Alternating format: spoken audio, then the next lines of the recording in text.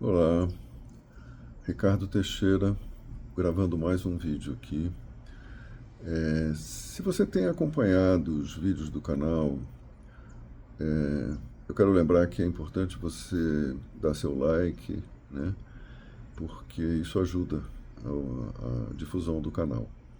Você está percebendo que eu tenho falado sobre temas fundamentais que tem a ver com a nossa prática e tem a ver com a nossa vida, né? A prática clínica é a prática baseada na psicoterapia corporal, que começou a ser desenvolvida por William Reich e que tem como princípio básico,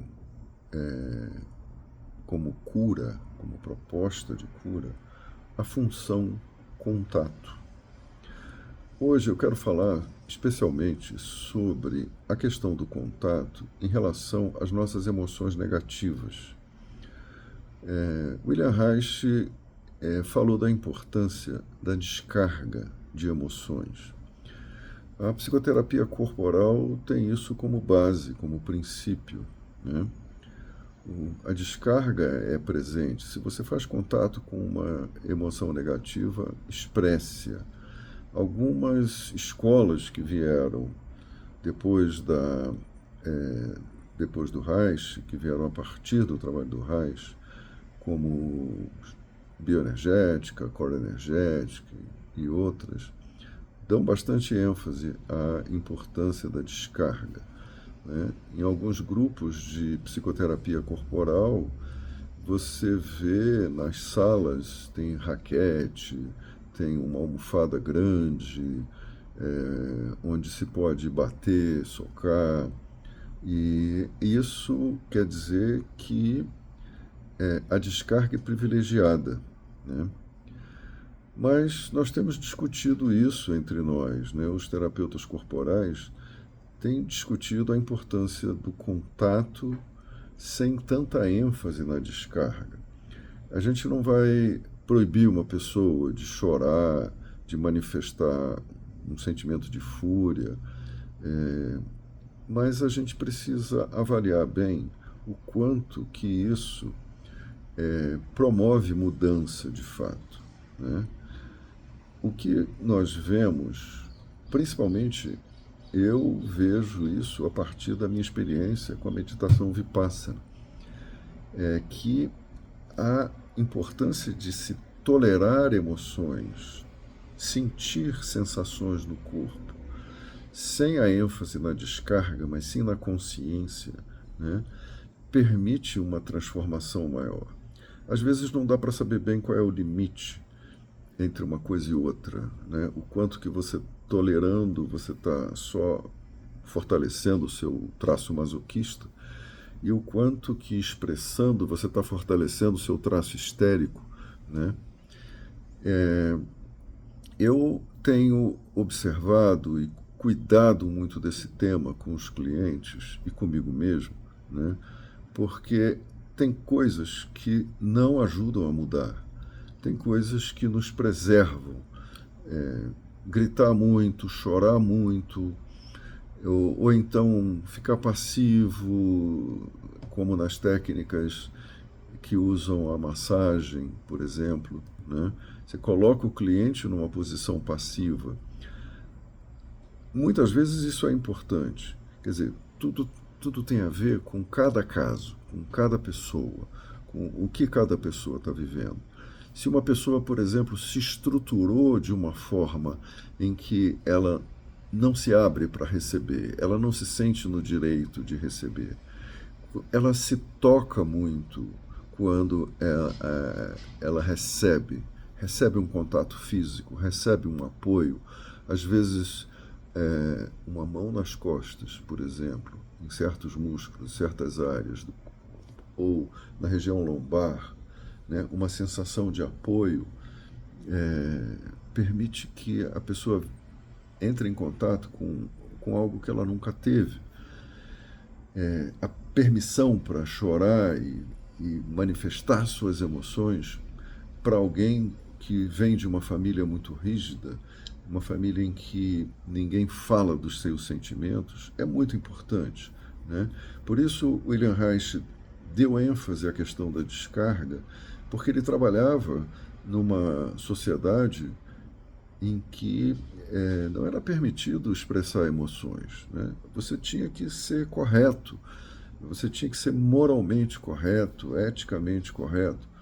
Isso é importante, mas o preço por trás disso, quando se suprime as emoções, é muito alto. Quando uma pessoa não tem o direito de manifestar seus sentimentos, é um preço muito alto, né?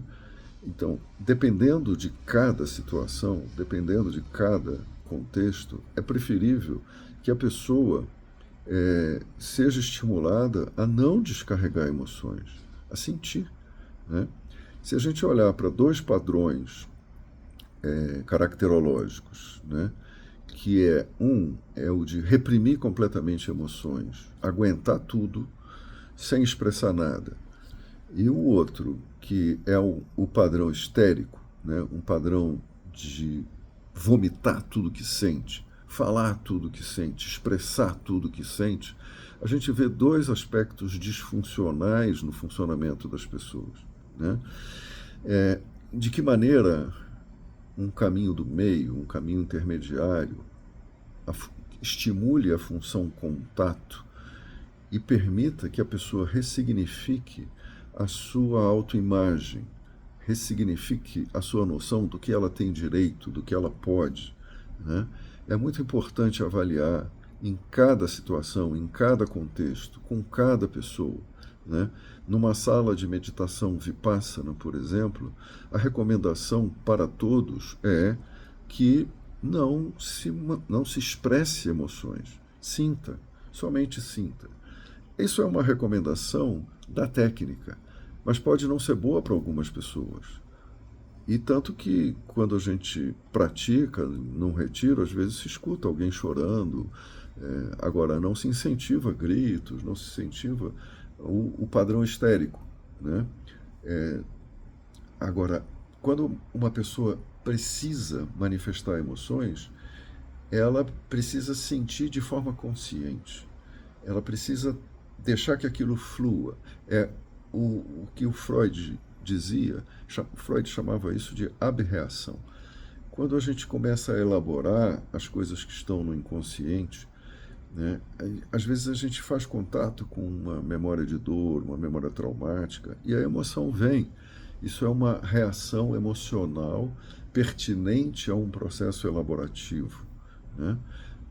Agora, quando uma pessoa funciona vomitando, né, o tempo todo, ela na verdade está se esvaziando energeticamente. Ela não está produzindo um campo de transformação, um campo de mudança. Então é necessário observar a necessidade terapêutica de cada pessoa, né? De que maneira uma intervenção dessas pode ajudar, de que maneira uma intervenção pode ser útil, porque isso cabe ao terapeuta, no caso, fazer um diagnóstico. E cabe também a cada um observar o que é a sua história de vida, né? Se perguntar quem sou eu na minha constituição. Tem pessoas que são altamente sensíveis, né? Esses padrões histéricos, geralmente, são pessoas que têm uma sensibilidade muito grande. Tem uma mente criativa, tem uma mente artística, tem sensibilidade para a dor do outro. Isso ajuda a desenvolver certas posições políticas mais voltadas para a solidariedade, né, do que para a exigência de performance. Então, a gente precisa avaliar que essas pessoas precisam ser apoiadas a conter seus sentimentos, a observá-los e a abrir espaço para as suas contradições, né? Porque nós temos tendências à negatividade. Nós não somos seres perfeitos, né? A condição humana é uma condição que requer cuidados e cuidados específicos, onde a necessidade de cuidado precisa ser personalizada, né? Então, Vamos observar isso com a máxima atenção, porque a transformação acontece desde que um princípio organizador seja ativado na consciência, né? Quanto mais profunda é a consciência, quanto mais aspectos do psiquismo a consciência abrange, mais transformação acontece. Aí acontece a possibilidade de que emerjam na consciência as potencialidades, né? As potencialidades da energia vital, que são muitas, né? Viver num estado de encouraçamento, como dizia Reich, é inibir a conexão com a vida viva. Quando uma pessoa vence o seu padrão, quando uma pessoa vai além da sua forma de se estruturar, né, que foi uma forma defensiva, foram mecanismos de defesa que se instauraram, que se estabeleceram, ela começa a ter um funcionamento muito mais vivo, muito mais intenso.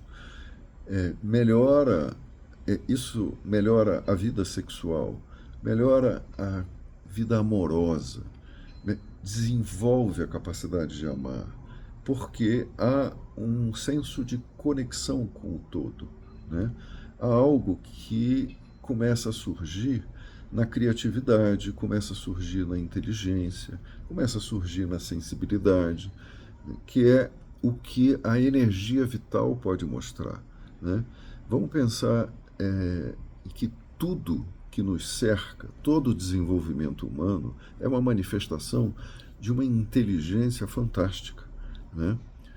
Eu estava num avião um dia desses e pensando, nossa, quanta inteligência foi recrutada para que eu pudesse estar sentado naquela cadeira ali, me deslocando de uma cidade para outra, de um lugar para o outro, de um país para o outro, numa velocidade muito maior do que quando as pessoas só caminhavam ou andavam a cavalo, de carroça, né? Ou de navio. Quanta inteligência existe e quanta percepção existe e quanta compreensão. Geralmente a gente entra num avião meio que alienado, né? Como uma coisa normal, né? Como se fosse uma coisa cotidiana, corriqueira, ou então muitas pessoas entram ansiosas, tensas, com medo de morrer, né, em pânico, inseguras. Isso também faz parte do funcionamento humano, né? Se sentir inseguro com tudo. Mas geralmente os aviões não caem, né? Geralmente a gente chega na outra cidade, a gente chega no nosso destino. E essa condição insegura, essa condição de medo, fecha a nossa percepção, cerceia. A gente fica preso numa racionalidade, né? A gente pode dizer assim, eu sei que muita gente, muitos engenheiros inteligentes trabalharam para que esse avião pudesse voar a 10 mil metros de altitude, a 900 quilômetros por hora, e chegar ao seu destino com segurança. Mas esse saber é desprovido de um sentir, né? E quando a gente começa a sentir sem esse saber, sem essa compreensão, a gente tende a sentir de uma forma caótica, desorganizada, que é o caso das pessoas altamente sensíveis. Elas sentem a realidade delas, elas sentem coisas que outras pessoas não sentem, elas têm percepções do mundo à sua volta, mas sem um centro organizador, né? Sem um si mesmo que organiza o que se sente. Então essas pessoas tendem a se apavorar, tendem a se desesperar e tendem a ter surtos de pânico e tendem a manifestar frustração, raiva. Seus medos estão atuando intensamente. Isso leva a um esvaziamento de si, né? Se a pessoa tem uma tendência a um padrão psicossomático, ela, depois de descargas desse tipo, ela vai desenvolver algum tipo de doença, né? Se a pessoa tende à depressão, ela vai ficar vazia, vai ficar vai achar que a vida não tem sentido, porque ela se esvaziou tanto, que se esvaziou também da criatividade, se esvaziou da sensibilidade para a vida viva, para a inteligência que organiza tudo que funciona nesse mundo, que funciona bem, né?